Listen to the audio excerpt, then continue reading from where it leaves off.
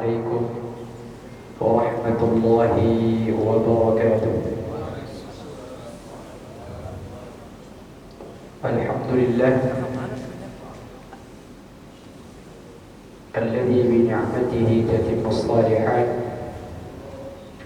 أشهد أن لا إله إلا الله وحده لا شريك له، وأشهد أن سيدنا ونبينا محمد ابن عبد الله وعلى آله وأصحابه ومن تبعهم بإحسان إلى يوم القيامة. معاشر المسلمين, jamaah salat zuhur yang dimuliakan oleh Allah Tabaraka wa Ta'ala. Alhamdulillah, kembali kita bersyukur kepada Allah Tabaraka wa Ta'ala atas setiap nikmat yang Allah karuniakan kepada kita. Nikmat sehat, nikmat kita bisa menunaikan ketaatan kita kepada Allah, nikmat kita bisa menjalani aktivitas kita dengan baik, dan terkhusus pada siang hari ini kita diberikan kemudahan untuk menunaikan ibadah salat zuhur dengan berjamaah. Tentu tidak ada harapan bagi kita sebagai seorang mukmin, harapan yang tinggi, kecuali kita berharap kepada Allah agar setiap amal ibadah kita diterima oleh Allah Tabaraka wa Ta'ala. Jamaah sekalian yang dimuliakan oleh Allah Tabaraka wa Ta'ala,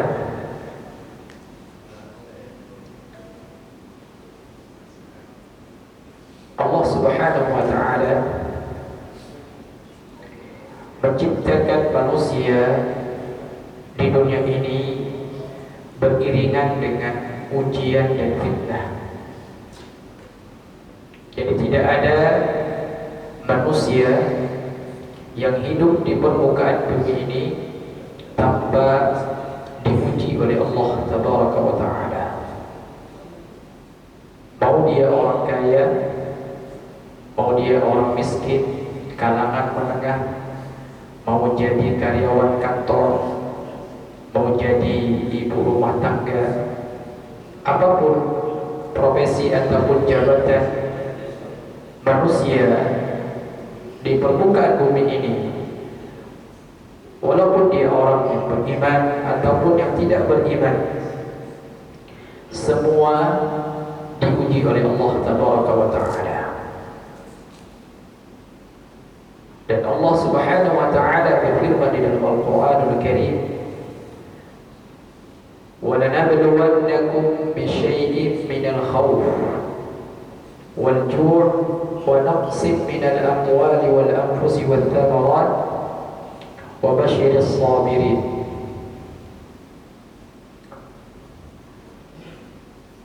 Dan kami, kata Allah, akan benar-benar menguji kalian. Ujian yang pertama adalah al-khawf, rasa takut, rasa khawatir. Dari apa, jemaah sekalian? Terkadang, atau bahkan bukan terkadang, sering kita memikirkan atau mengkhawatirkan masa depan kita di dunia ini. Kita merasa takut, jangan-jangan di masa depan kita tidak bisa survive, atau apa yang akan kita makan, apa yang kita pakai, dan seterusnya. Artinya merasa khawatir terhadap masa depan kita, atau merasa takut dari bencana, dan seterusnya. Wal-ju', dan Allah Subhanahu wa Ta'ala benar-benar akan menguji kalian dengan apa? Dengan rasa lapar.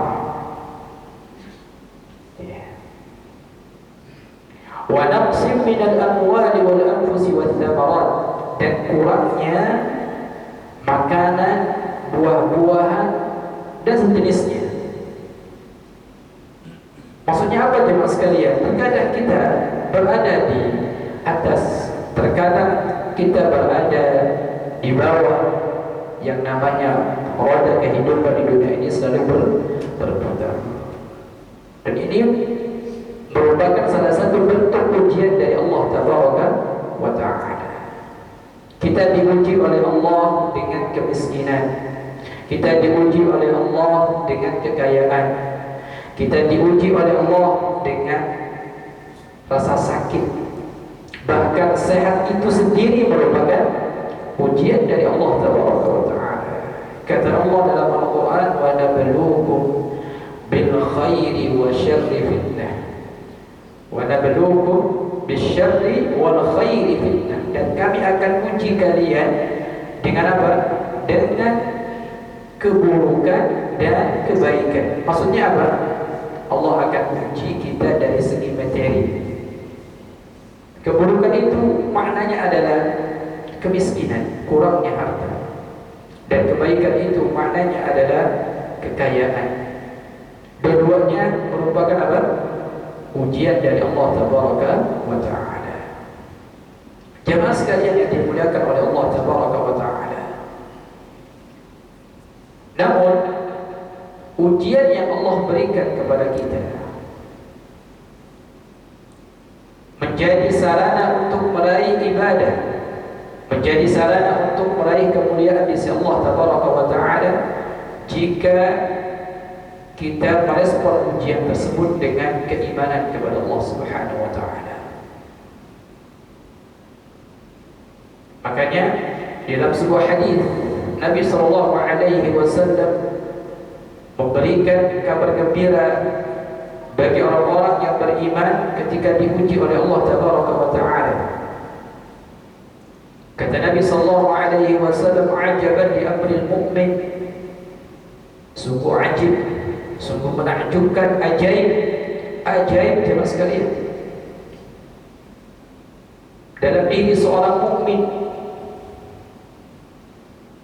Kata Nabi, idza asabathu sarra'u syakar, kalau seorang mukmin itu diberikan kemudahan, kenikmatan, lapangnya rezeki, luasnya rezeki oleh Allah Tabaraka wa Ta'ala, lalu kemudian dia meresponnya dengan syukur, fakana khairul lah, maka itu merupakan kebaikan untuknya. Lalu kalau sebaliknya, idza asabathu dharra'u sabar, fakana khairul lah, kalau seorang mukmin itu diberikan ujian oleh Allah berupa kesempitan harta, kesusahan, kesedihan, dan lain sebagainya, kemudian dia merespon ujian itu dari Allah Subhanahu wa Ta'ala dengan kesabaran, fakana khairul lah, maka itu juga menjadi jalan untuk meraih kebaikan dari Allah Subhanahu wa Ta'ala. Berarti jemaah sekalian, dua-duanya ibadah bagi seorang mukmin, yaitu ibadah bersyukur kepada Allah dan ibadah bersabar. Dan di antara hikmah, ya, Allah Subhanahu wa Ta'ala memberikan dua ujian ini, yaitu kekayaan atau kekurangan harta, supaya kita bisa beribadah dengan dua model ibadah ini. Ketika kita mendapatkan rezeki dari Allah Subhanahu wa Ta'ala, kalau kemudian kita bersyukur kepada Allah Subhanahu wa Ta'ala, maka pada saat itu kita sedang beribadah dengan ibadah syukur.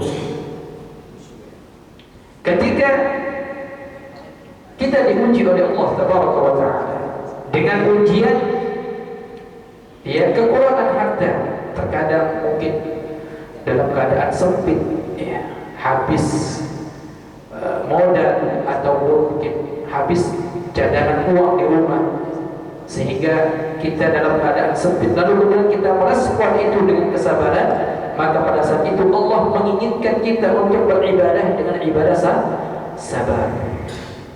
Kata Umar bin Khattab radhiyallahu anhu, aku tidak peduli, kata beliau, dengan dua kondisi ini. Apakah aku akan berjalan dengan syukur, atau aku berjalan dengan sabar? Dua-dua ini merupakan ibadah dari Allah Subhanahu wa ta'ala. Karena jemaah sekalian yang dimuliakan oleh Allah Tabaraka wa ta'ala, tidak ada yang bisa lari daripada yang namanya ujian dari Allah Subhanahu wa ta'ala. Sekaya apapun seorang hamba pasti akan diuji oleh Allah Subhanahu wa ta'ala dari ujian yang lain. Dan seterusnya jemaah sekalian.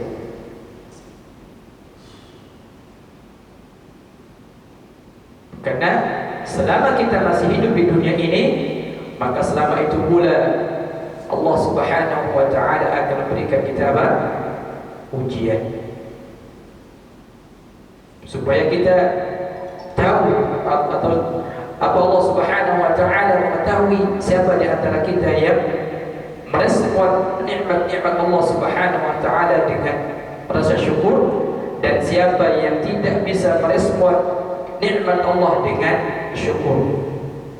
Karena Allah Subhanahu wa ta'ala berfirman, la in syakartum la azidannakum wa la in kafartum inna 'adzabi lasyadid.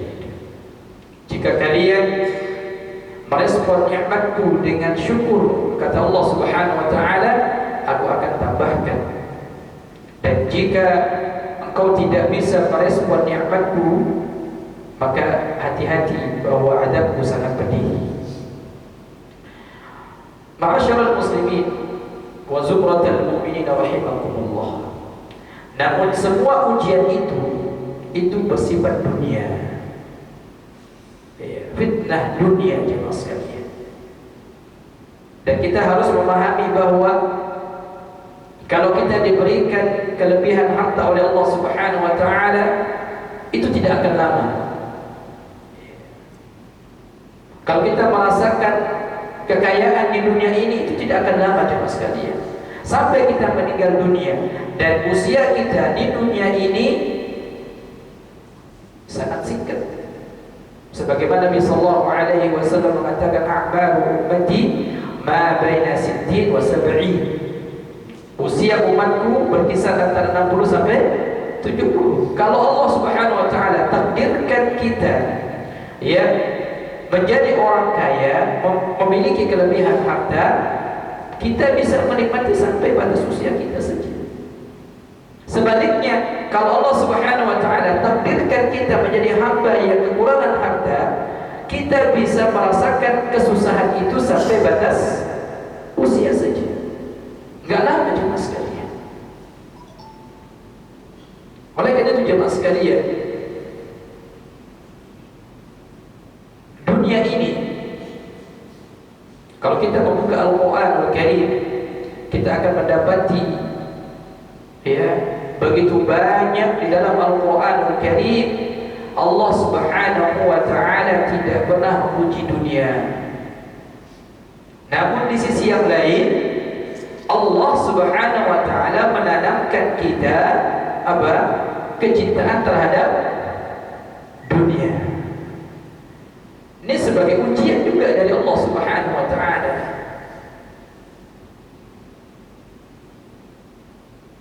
Kata Allah Subhanahu wa ta'ala, wa tuhibbuna al-mala hubban jamma. Kalian itu sangat cinta terhadap dunia, cinta yang sangat dahsyat.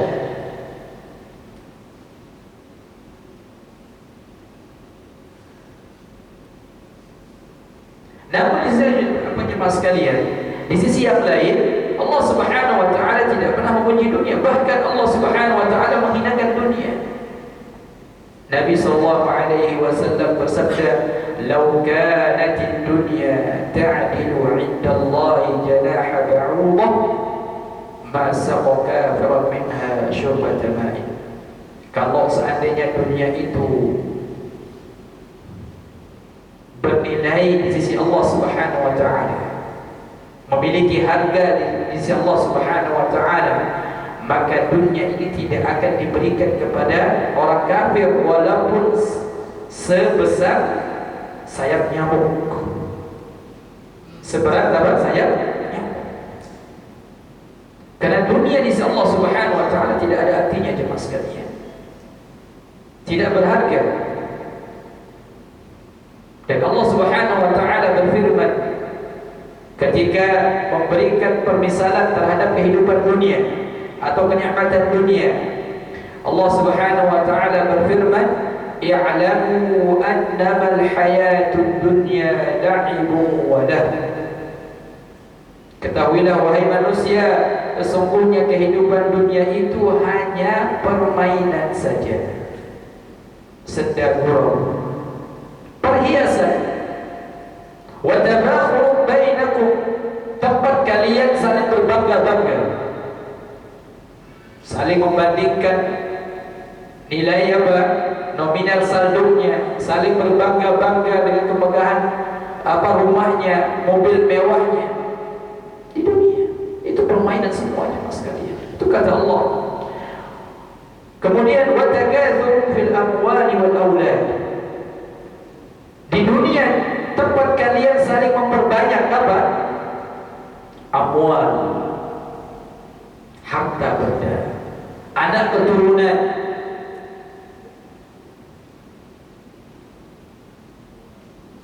Terkadang kita belajar mas sekalian, ada orang-orang yang tidak pernah kenyang dengan dunia. Semakin kaya, semakin bersemangat untuk mencari dunia. Bukan berarti Islam melarang kita untuk apa? Kaya, tidak. Tapi bila mana seorang hamba yang seluruh hidupnya untuk memikirkan dunia, untuk mencari dunia, bahkan sampai lupa dengan perintah Allah Subhanahu wa taala, bahkan sampai lupa dengan tujuan hidupnya sebagai seorang hamba, ini yang salah. Yang seharusnya dunia kita cari harta di dunia ini sebagai penyempurna atau sebagai sarana untuk menyempurnakan penghambaan diri kita kepada Allah Subhanahu wa taala. Namun sebagian kita menjadikan dunia ini tempat kita berbangga-bangga, menjadikan dunia ini tempat kita apa? Memperbanyak, menumpukan harta-harta di dunia ini. Dan hati-hati jemaah sekalian, jangan sampai nanti kita kena ancaman sebagaimana Allah Subhanahu wa taala mengancam para rahib-rahib, para pendeta-pendeta yang memakan harta rakyatnya dengan batil. Allah Subhanahu wa taala berfirman, "Ya ayyuhalladzina amanu", wahai orang-orang yang beriman, "La ta'kulu amwalakum bainakum bil batil", jangan kalian apa?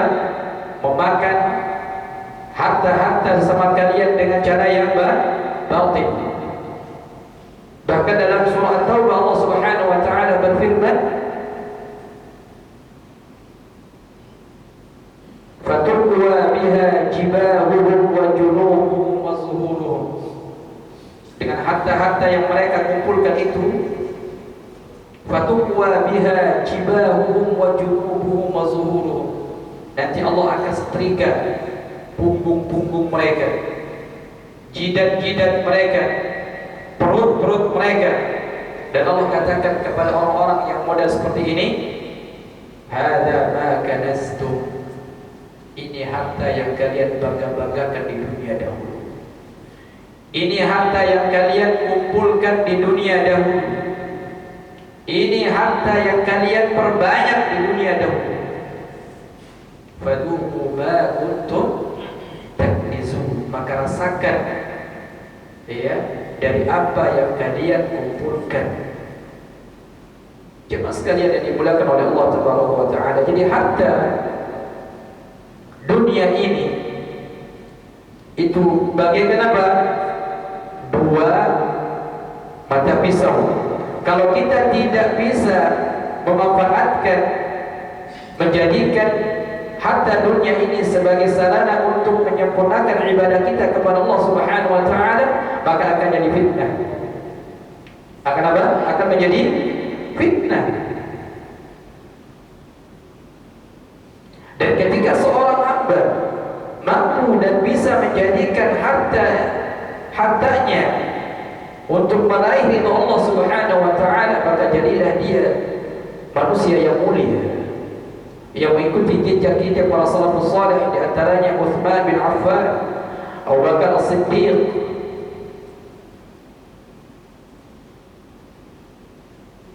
Jemaah sekalian yang dimuliakan oleh Allah Tabaraka wa taala. Jadi ini yang harus kita berhati-hati jemaah sekalian. Silakan cari dunia, namun dengan tujuan yang baik, dengan tujuan yang Allah ridai, dengan cara yang Allah ridai. Karena dunia yang kita kumpulkan pada hakikatnya akan menambah hisab kita di yaumul qiyamah. Jemaah sekalian yang dimuliakan oleh Allah Tabaraka wa taala. Jadi kita bermohon kepada Allah Subhanahu wa taala agar kita dihindari dari yang namanya memiliki kecintaan yang dahsyat daripada harta dunia. Karena Nabi sallallahu alaihi wasallam mengatakan hubbud dunya ra'sul khataaya. Orang yang sangat mencintai dunia itu akan menjadi sumber malapetaka untuknya.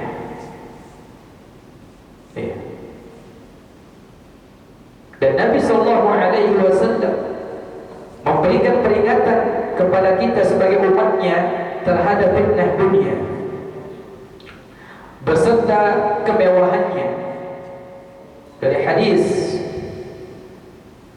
yang diriwayatkan oleh Al-Imam Bukhari dari hadis Amr bin Auf radhiyallahu anhu, anna Nabi sallallahu alaihi wasallam bersabda, "Fa wallah, demi Allah," kata beliau, "mal faqra akhsha alaikum."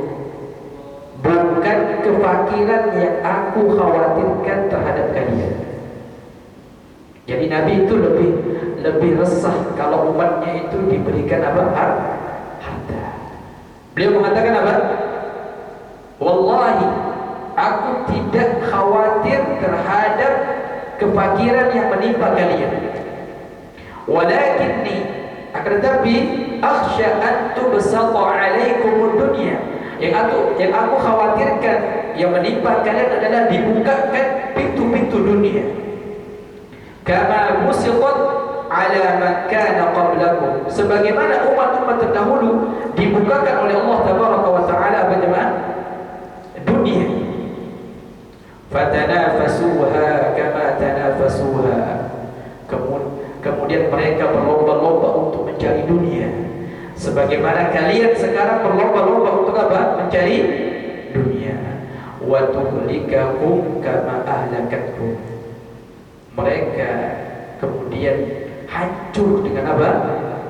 Dengan sifat atau kecintaan mereka terhadap dunia. Dan ini yang dikhawatirkan oleh Nabi sallallahu alaihi wasallam. Jemaah sekalian yang dimuliakan oleh Allah Tabaraka wa taala. Dan Nabi sallallahu alaihi wasallam selalu bermohon kepada Allah, ya, meminta perlindungan kepada Allah Subhanahu wa taala untuk tidak terjatuh ke dalam fitnah dunia. Kata Nabi sallallahu alaihi wasallam, "Fattaqud dunya wattaqun nisa." Takutlah kalian terhadap dunia dan takutlah kalian terhadap fitnah wanita. Jemaah sekalian, semoga Allah Subhanahu wa taala memberikan kita penjagaan dari memiliki hati yang selalu condong pada dunia. Semoga Allah Subhanahu wa taala memberikan hati yang selalu mengutamakan kehidupan akhirat. Dan itu yang dipesankan oleh Allah Subhanahu wa taala, sebagaimana Allah Subhanahu wa taala berfirman, "Bal tu'thiruna al-hayatud dunya wal akhiratu khairum wa abqa." Jangan sampai kita lebih mendahulukan kehidupan dunia daripada kehidupan akhirat, karena kehidupan akhirat lebih abadi dan lebih kekal adanya. Semoga bermanfaat subhanakallahumma wa bihamdika asyhadu an la ilaha illa anta astaghfiruka wa atubu ilaik. Assalamualaikum warahmatullahi wabarakatuh.